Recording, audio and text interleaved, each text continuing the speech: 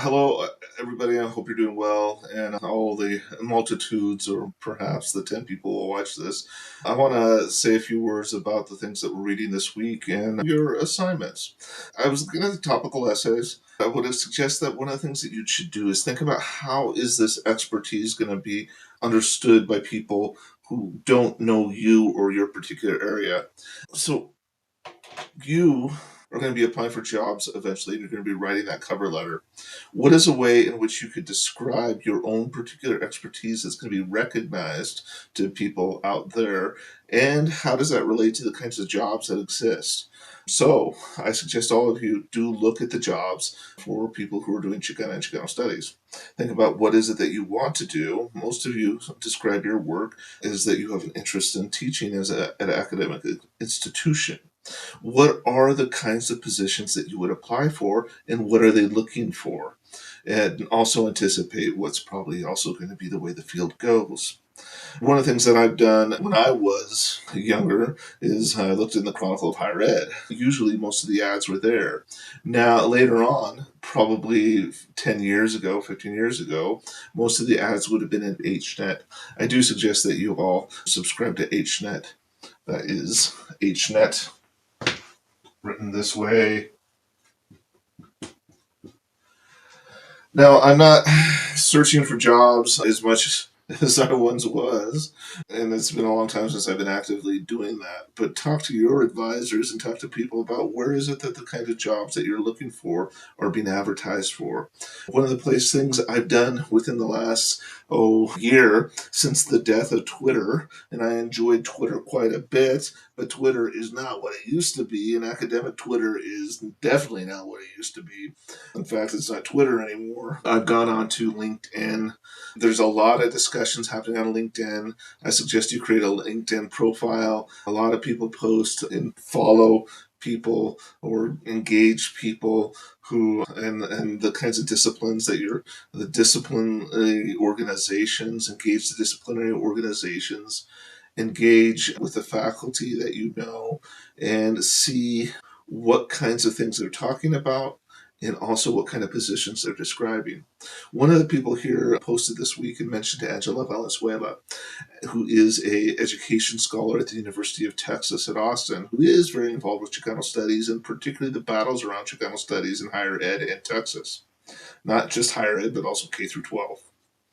Angela Valenzuela is very active on LinkedIn. So I would suggest that those of you who are planning to apply for jobs get on LinkedIn. There will probably be other places that I don't know about. So that's why you should engage with your faculty and ask them where is it that you should be looking to see what kind of positions are being offered. What are the ways that you will want to define yourself to make yourself marketable within Chicana and Chicano studies? And of course, do something that speaks to you in your heart. So I don't mean don't do what you care about because those are the jobs. Just know how to frame what you care about for those jobs. Now, for this week, you were continuing to read Melina Vizcaino's dissertation. I think that's a really interesting dissertation. It's really well done. And she is a professor who teaches Chicana and Chicano studies in the English department at UNM. She got a job with that dissertation, and a good job. So it's a good model. And look at what are the interventions she's trying to make.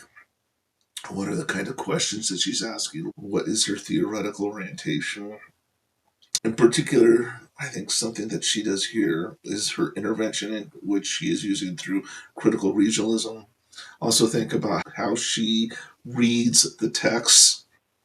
How does she decide what text to include? How does she read those texts? Because her method is reading. She's doing close analyses of texts. How does she go about doing that close analyses? We'll talk about it more next week. And I'm going to expect people to come. I will be asking the person who comes on Saturday to talk to me in our Saturday discussion more about that text. But what do I want to talk about today? Oh, well, that's interesting. So that's how this works. that's how this camera works. Very interesting. Okay, so I've suggested that you look at the appropriate places, find out what are the appropriate places that are offering applications in your field. So I'm asking you to think about structuralism and semiotics. I'm aware that the reading on semiotics was probably difficult. I gave you a couple of videos which I think are very helpful. And I want to put it in the context of this class. Chicana studies is a discipline that is broad. We have people that move from the social sciences to the humanities and who want to analyze poetry and everything in between. I'm somewhere in between. So we started out by reading positivism, then we moved to Marxism, and this week I'm asking you to think about structuralism and semiotics. One of the things I said when we were talking about positivism is I'm making a distinction, I think, the way some of us in this department think and think about our discipline. Some of the people who are social scientists are positivists. They believe that you can see the world as it actually is. Then there are people in the humanities. And this is where I am. I come from a department which is at least in part social science. I'm engaged with people who are social scientists. But I am going to say that the world is always mediated by language. You don't see the world as it is. You always see the world as mediated by language. And that's a humanities approach. If I had to call myself anything in particular, I would probably say I'm a cultural critic, although it never feels good to label yourself, but that's probably what I am. At the same time, I value the work done by social scientists, and I understand why it's incredibly important. And say, for example, if you want to making a real world policy impact, you probably want to use the methods of social science. And there can be a mixture of the two. This is the distinction I want to make. I want to say that language mediates our understanding of the world. We always already see everything through language. This is the intervention of people like Saussure. Saussure, who wrote this important work about semiotics, he is probably at the center of the way we talk about structuralism. Let's think about that. So if you watch those videos and did the reading as well, you saw that Saussure is very interested in the structure of language. He looks at sentences, strings of words, and how they're put together. The cat chases the dog. The man loves a woman. The tree grows the fruit. What you can see here is that each one of these words, each one of these things, which is a signifier, is defined in relationship to other words. Let's take a step back for a moment and talk about the sign. The sign is made up of both the signifier and the signified. One of the big interventions here is that the signifier is arbitrary. It has an arbitrary relationship to the signified. The signified is the idea. The signifier is the piece of language. Chases, cat, the, loves, man, tree, fruit. Those are the signifiers. And there is no specific reason that a signifier has a relationship to something which is the signified, which is the referent.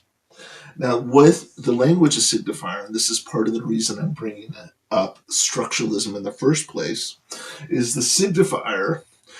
Many of you in all of your work see the language as signifier. It shoots through our work. So you can see the influence of this sort of structuralism on the way we do our work in Chicana and Chicano studies. Many of us in our work are talking about signifiers and signification. And this is where it comes from. Now, the cat chases the dog, the man loves a woman, the tree grows the fruit. What you can see with each one of these is a signifier. They're defined, one, by, the cat and this thing that we conceptualize as cat is the referent. Man is the signifier, but then there is a thing out there which we conceptualize is social and socially constructed. Cat is defined here by its relationship to these other words. The cat chases. Chases is defined by cat. These things are all defined in negative relationship to one another. In addition to that, there is another level of difference. Cat is always defined against dog. So dog is defined against cat. One of the things that we can see in our language is that the concept of man in the language that most of us use in the United States is defined against woman. And this is clearly socially constructed. There are other places in the world in which there is more than one gender. Our society is coming to grips with it now. But part of the reason we're so hung up on this thing, why not just let people be people, is because English as a language is defined in it. Man is defined against woman, and woman is defined against man. And when you think about the two things overlapping or having some sort of different relationship as being mutually defined in opposition to one another, it messes with people's brains and they get all upset and they get angry and they start talking about bathrooms. Dog is defined against cat. None of this is natural. These are socially constructed in history. Black is defined against white. This is why people get upset by things that are some sort of mixture where blackness and whiteness are mixed. This is why, for so much of our history, the idea of interracial marriage, because this is, and here I'm bringing this up because it has those connotations. We're thinking about something which you recognize is important, that black is is understood to be a racial group, something historically constructed. These racial groups are not something that simply exist, they're socially constructed. Nevertheless, they do exist in social terms. And within our society, not only are the colors of white and black defined against one another, but blackness is defined against whiteness, and whiteness is defined against blackness. In our society, in our history, we've had actual laws to make sure these two groups are separate, especially in terms of marriage. As many of you know, there were anti miscegenation laws in many states throughout the United States, and people of two different races were not allowed to get married. It's absurd. It's terrible. But this is where these signifiers, which are socially and historically created, which are arbitrary, have had force. I was talking to someone earlier today who was talking about the way older folks in New Mexico talk. Nuevo Mexicanos, people like my own parents in Spanish, they would say, hay mexicanos y americanos, y todos de nosotros somos los mexicanos. Hay mexicanos de aquí, mexicanos from here, y mexicanos de allá, mexicanos from somewhere else, from over there. Mexicans that are New Mexicans. And this is one of the things that's so interesting when people say New Mexicans would never call themselves New Mexicans. Spanish dominant New Mexicans in Spanish call themselves Mexicano and often describe Spanish as Mexicano. The division is between Mexicanos y Americanos. People would probably never call these groups Mexican versus American in English, but los Americanos, the gringos, white folks, are Americanos in New Mexican Spanish. Y Mexicanos amongst the older folks. Mexicano y Americano are mutually defining for them in Spanish. I also think about the significance of these terms. I would think that in New Mexico, to be Spanish is defined against being native and native against being Spanish. This shows the difficulty for people who identify as Spanish because they have to deny whatever indigeneity they have, even though they probably have indigeneity. They probably have native ancestors. Perhaps they have more native ancestors than they do that came from the Iberian Peninsula. And you can see how this messes with people's minds.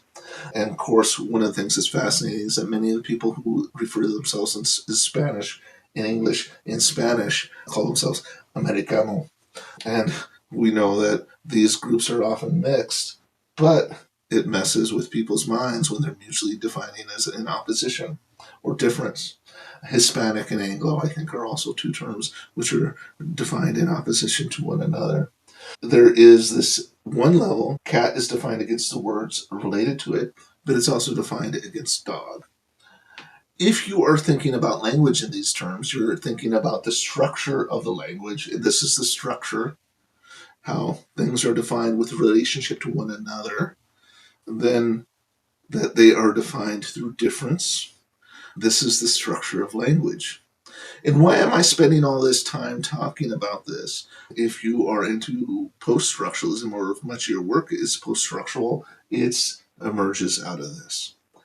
Why am I spending all this time on this? Because if we think about this popular language, and I've had students who've gotten to the doctoral level who weren't specifically mine, but and maybe even they primarily work in language. But this language of positivist language is so powerful, they think that the world either objectively exists out there or the world is all about personal point of view. But what you can see here, which is socially constructed, exists outside of us. We learn the system, and there is some sort of agreement that exists beyond us socially. It's not simply as if it's the individual and the objective world. For every individual, the world out there is mediated by language. This is that critical intervention. There is something which is social. There is something which is social, which is historically created, which is socially created, which exists beyond each one of us as individuals, and it mediates all of our understanding of the world. One of the problems with this, and that's the reason there's post structuralism and other things, but you can see that this is a system which is static in time. In the old days, they would study the structure of the language, but they wouldn't necessarily know how, they couldn't understand how it changes. These problems and the things that don't work in relationship to one another. Another thing I want to think about, and I don't know if you can see this, the difference between langue and parole. And I'm probably saying these incorrectly because these are French words. But langue is the structure, it's the language. So as you grow up, you learn the structure of your language. Those are the rules. Another way of thinking about this is in terms of music. When you learn how to make music, you learn the rules of the music system. There's other ones out there. If you've looked at different kinds of music that come from Africa or from Asia or different places, you will know there's different sets of rules. On a smaller scale, there's different rules between rock and jazz. But there's sets of rules. Parole is the way that an individual uses the language. Parole is when we get to the discussion of performance. For those of you who are engaged with performance theory, and if you are into queer theory, much of it is heavily influenced by performance theory. It emerges out of this. The performance is the parole, the performance of the system. Individuals differ in their use of the system. If some of you are poets, maybe some of you attend the slam poets that we have, some of whom are key important people in our department. They have a particular virtuosity in the use of language. There are people who are extraordinarily good writers. There's people who are extraordinarily great musicians. And what they're doing is performance. They are virtuosos in the performance. They are virtuosos in their parole, which is something I think all of you should think about. So there's this language that exists out there. There's going to be all kinds of problems with it. It's going to get all kinds of it's all messy and everything else. But the intervention that we're looking at and why this is useful is we get to see something which is social, historically created, socially constructed, which exists outside of us, which is collective, but it is not simply natural, and it mediates our understanding of the world. And we're going to think more about that. I want to reiterate, I appreciate a social science approach and a positivist approach. If you're interested in literature, if you're interested in expressive culture, if you're interested in cultural phenomena, you're probably over here in semiotics. If you are engaged with literature that uses the language of signifier, you have some relationship to this.